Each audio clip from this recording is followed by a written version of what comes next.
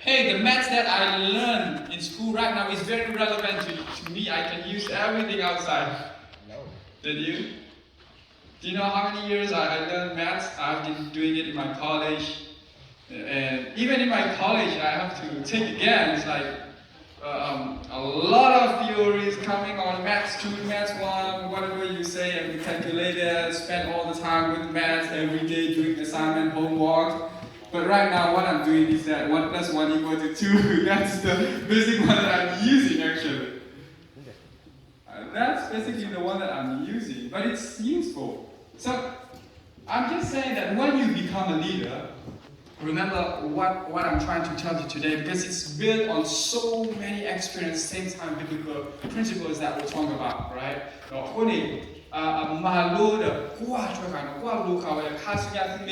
Maybe in your home, maybe in your home church, you could do something like that too. If you want to build, hey, I'm going to build a youth ministry, because you are right now junior youth, and you're going to become a youth where you're going to build so many things, a youth ministry, and these will become your foundation. And I believe that this will be very helpful. So one of the things that we talked about yesterday is that, I think you remember, we talked about the mindset of leadership. For you, for me, to become a leader, our mind is very important, right? The mindset of leadership. The mindset of leadership. No? Hey, you are already a leader. Yes, you want to be. Yes, yesterday we talked about, hey, believe in yourself, right? Because God said that all authority in heaven and on earth has been given to me. But you need to accept that. You need to have the mindset of a leader. When you have the mindset of a leader, you prepare yourself. You believe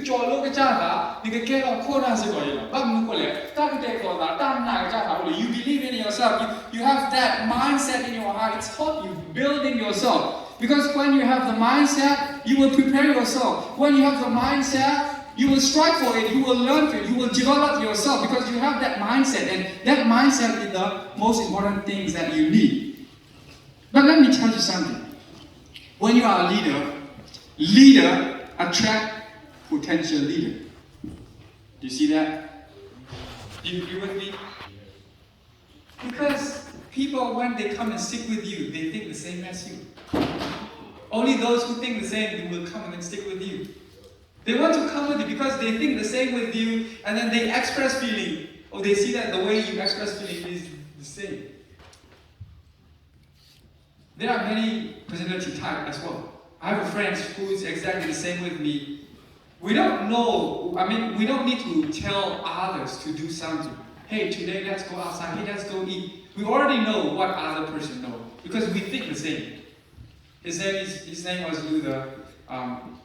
He was my roommate. We were in college together. He took biology major, and right now he's teaching in a college. He's very young. He's a great man. He took biology. I took theology. But he was the one who led me to spiritual development. He helped me to love God.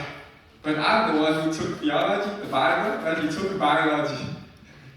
That's why I'm saying that you don't need to be a theologian. You don't need to be a pastor son or a youth leader in order to lead somebody into God's agenda. Anybody could do that, as long as we believe in the power of God. So leader attracts leader because they think the same way, they act because they create, because you are kind of like preparing a place. You prepare because you already have the mindset and you already start doing. So start doing is that you preparing the environment, and that environment also attract potential leader. And then one thing, you say leaders are not threatened by people with great potential. Do you see that?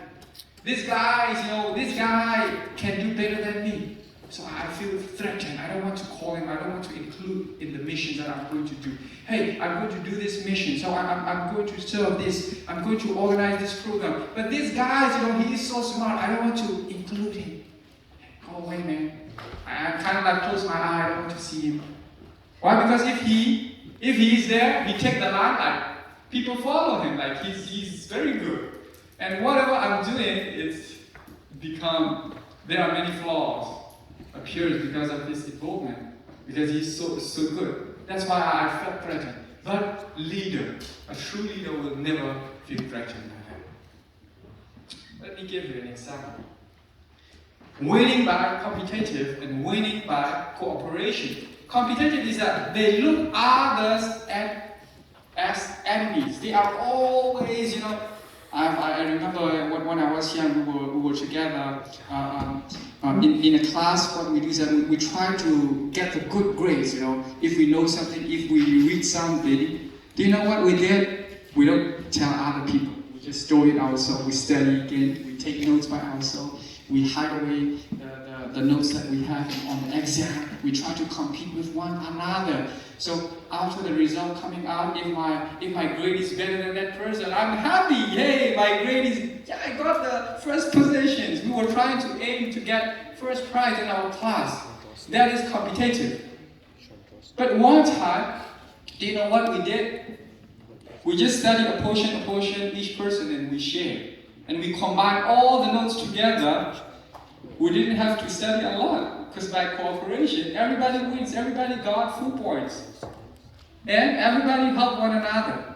This part I don't understand, but he understands. But the other part, he doesn't understand, I understand, so I explained it to them. It's become so helpful when I was in college when we did that. And everybody passed, the whole grade passed. That's why we say, competitive, it's not a leadership mindset. You should not have that mindset. Look others as enemies. You want to compete, you want to be the best. They concentrate on who? Themselves. They want themselves to be the best. The limelight is there. Become suspicious of others. That means that, hey, this guy is doing, he have some motive. Hey, his purpose is not clear. Probably he's thinking, he wants to take my place. Oh, he want to be better than me. He want to actually strike me down in front of people. No. They win only when you are good. So it's because you focus on yourself. If you're doing great, then you win. But if you lose, everybody loses. You lose. But winning determined by your skill. Sorry, it's supposed to be your skill, okay? So your skill, that means how much you can do, it depends on you. It doesn't depend on others. Other people just follow you. Yesterday we also talked about two types of leadership, and one leadership is that side, right? So everything is dependent on me, sorry. Everything is my skill, so whatever I'm doing, it's me. You have to follow. So if I have skill, good. We develop together. But small victory, do you have joy? Of course you have joy, because you're doing great sometimes, but not all the time. It's some joys. There are winners and losers. You do great, so you win. But others lose. If others win, you lose. Because you are competitive. You are competing with other people. But what about cooperation? Cooperation is look others as what? Friends. You take them as friends. The concentration is on other people, and you become supportive of other people. You don't care, if you finish fast, other people haven't finished yet, but you care for them, you go and then support them. And furthermore, if you or others are good, if other people are good, you also win. Yourself is good, you also win. Winning determined by the skill of many, not just one person. One person, one brain cannot compete against 10 brains. It's impossible. So if everybody is there, everybody wins. Large victory. So the victory is so great. Everybody victory become large victory. And much joy. You have joy. There are only winners, no losers. Why? Because you are cooperating, you're working as a whole team. So this is the mindset that no executive has ever suffered because his people were so strong. You have your people, you have your follower, because your followers are so great, you will never suffer. Because you're working as a whole. Your thinking is not competitive, but cooperative. So that's why one of the traits, the mindset, is very important. But let me give you something. Creating a climate for potential leader. Creating a climate means that sometimes we call it, I call it momentum. Momentum, do you know what is a momentum? Momentum is something that you build up. You build up something, and then, for example, if you play games, soccer. How many of you play soccer? You like soccer? How many of you like soccer? All right, for the ladies, I think that maybe another games. Basketball. You guys are basketball guys. They're basketball guys. I love basketball so much. Yes. Good, awesome. So when you play, if you win, what happens? You get momentum, right? The more you win, the more you want to win, the more you become alert, the more you want to try harder. So momentum is also the same way. Maybe you might be a youth leader, maybe you haven't, you already trying to be a youth leader, you want to become a leader. You want to take the position of a leader. But what you have to do is that you have to create an environment because you're preparing yourself. You show maybe the record. You try to focus on, develop your skills, and people start seeing you. Wow, this leader is great. Look at him. He's going to be, he's great. He's doing so great. He's going to lead people. Why? Because even until now, he's doing so great. Like he's building momentum. So the more you see momentum, because with momentum, leaders look better than they actually are. They were supposed to be actually their level is this, but because of the momentum, it's greater. When you play soccer, it's also happening the same, right? When you make 1 goal or 2 goals, you have momentum. Actually, you're supposed to do only maybe 3 goals, but because of the momentum, you win in 2 goals. You become so active and energy is coming in you, and you could do even better. So sometimes it's appear that way. But without momentum, what happens is that a leader look worse than they actually are. They actually are. One moment.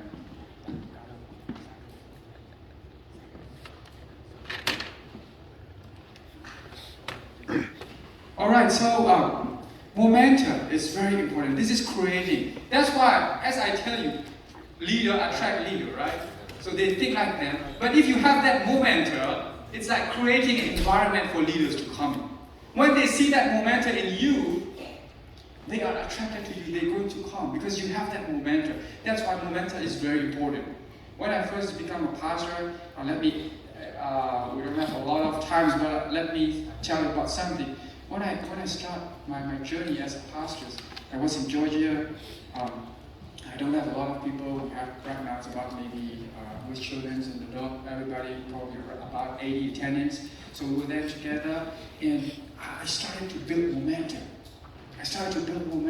Of course, I started to host. If I host a church board meeting, I try to do the best I can, and then I try to be professional. I try to take notes. I didn't just do it like chai plays or just meeting. Hey, let's have a meeting. No, at that time I was building momentum. I spent so much time. But when people start seeing that, when the church leader, they all are older than me, some are even 70 years old. They look at me, they of course judge, they pass a judgment on me. What am I doing? Because I'm so young. I'm the youngest. If you compare with the group that I'm leading, with the elders and everybody, I'm the youngest there. So so young, but I have to create the momentum. So when they look at me, they see how I handle things. And it's become what? Momentum for me. Actually, my skill is this much. But because of the momentum that I'm creating, they see me more than it. They have been saying, wow, it's good, this guy knows how to do things. Actually, I don't know how to do things. I just read that the night before without sleeping. But I just want to tell you that the momentum helps. The momentum helps.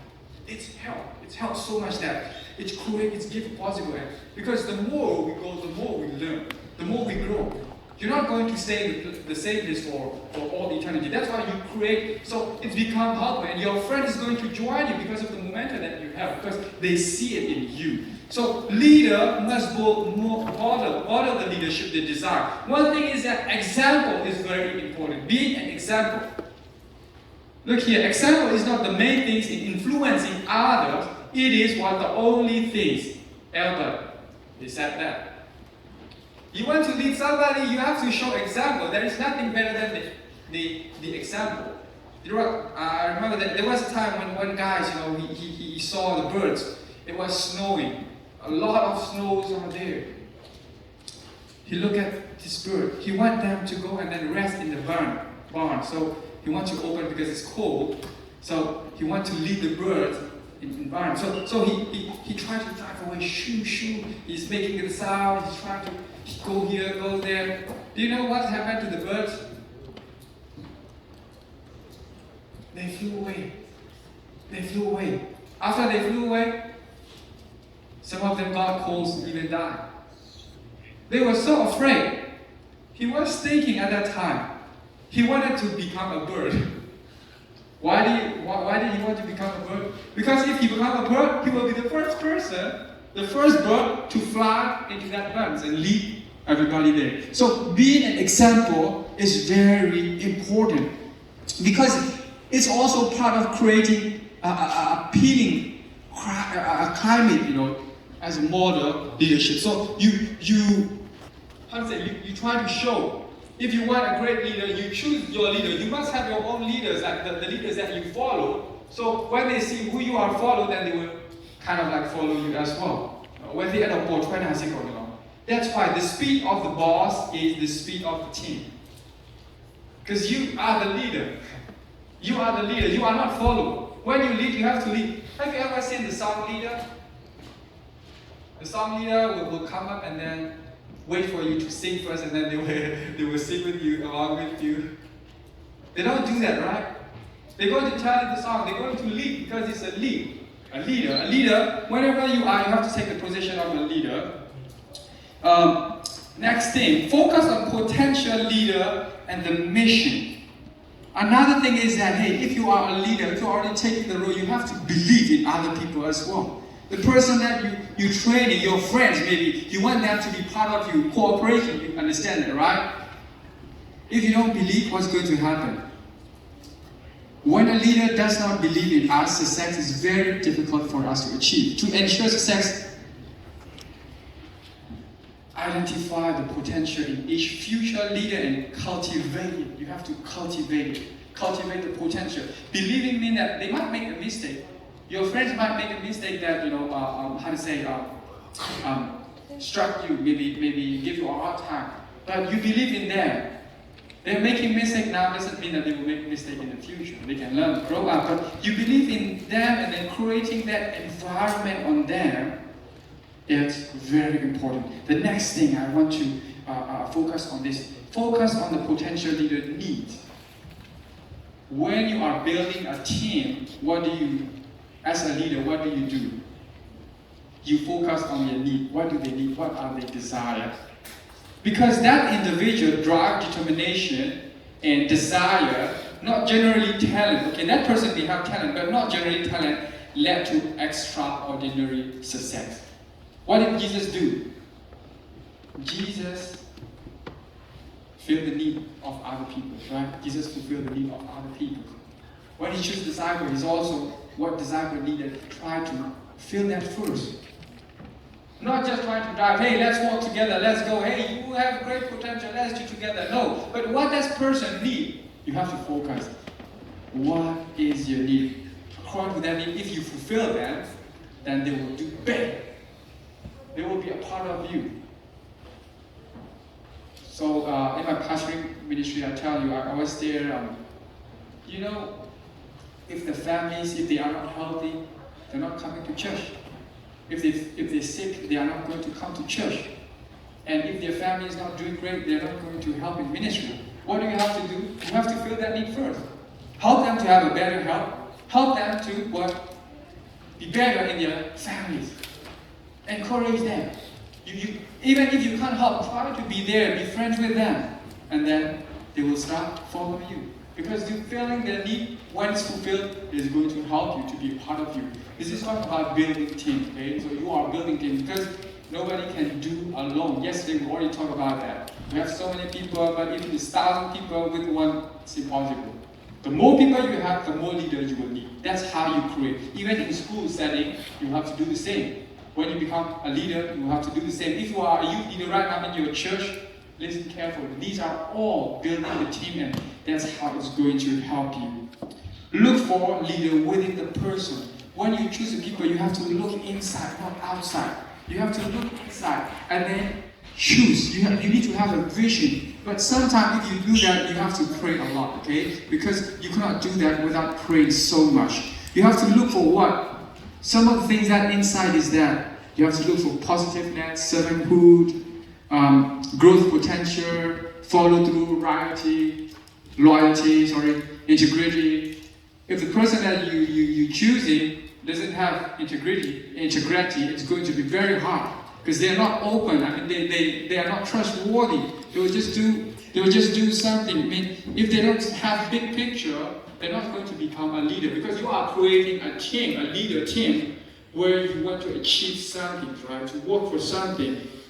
But the person that let me say something. For example, the person that you chose, you were together. Hey, we're going to meet at 2 p.m. today, and then you go, and then before 2 p.m.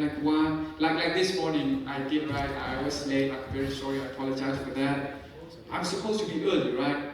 Because time is 9. We're going to start at 9. So I'm supposed to be here before 9 and wait for you guys. But you guys are here and I arrive late. This is not what I'm supposed to do. Do you get that? So if we meet 2 p.m., you go 2 p.m., but the other leaders will come like 3 p.m. sometime. Hey, they will just call you and today I'm not doing great. But they call you at 3 p.m. You have been waiting for 1 hour. That's not the person. That may be very hard for you. And for example, that person is also give you promise, hey, I promise that I'm going to finish, but he never kept his promise. That kind of person is going to be very hard if you work as a team. It will drag you down. So you need to look into the heart. What is it? Is he learning? Does she has gratitude? Does he has discipline? Discipline is also very important. Because you can see his life, her life, how he handled his things, and know what is in his mind. You can truly know that. So that's why, like as a leader, you need to know that. And I think the last thing I want to place on emphasis is that place emphasis on production, not position and title. Hey, you're building a team. Hey, you got this title. Oh, later on you will get even better title. No, productive.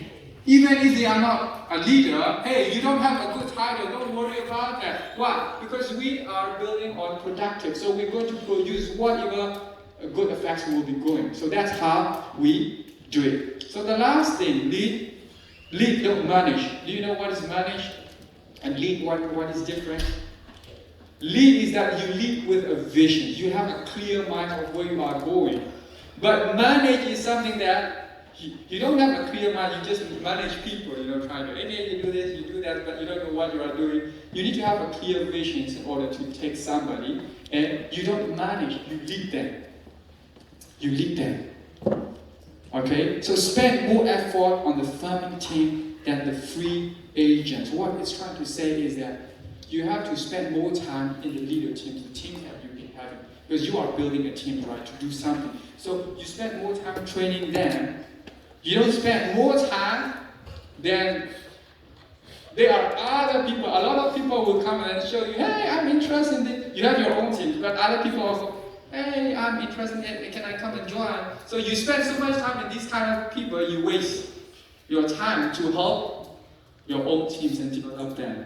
You miss that time. What's going to happen in the long term? Because the people around you, free agents before, they're going to leave you, right? They're not going to stay with you. They just come in because they felt gratitude, maybe they felt interested in something that you do. They will just look around and then they will go. But if you spend too much time on them, if you miss the time for your own leaders, then it's going to be hard. That's why spend more time with your own leader, train them to become a leader like you, and then you can work together and build the most powerful. You can already start building, even right now, 12, 13, 14, 15 years is very good. You can already start training, so try to find your own team. So today I just want to tell you, I'm going to stop here. So today that what we are learning, lead, don't manage. Don't manage, okay? So I'm going to end it here. I think my time is up, it's 10:24. So God bless you. Do you have any questions? Any questions?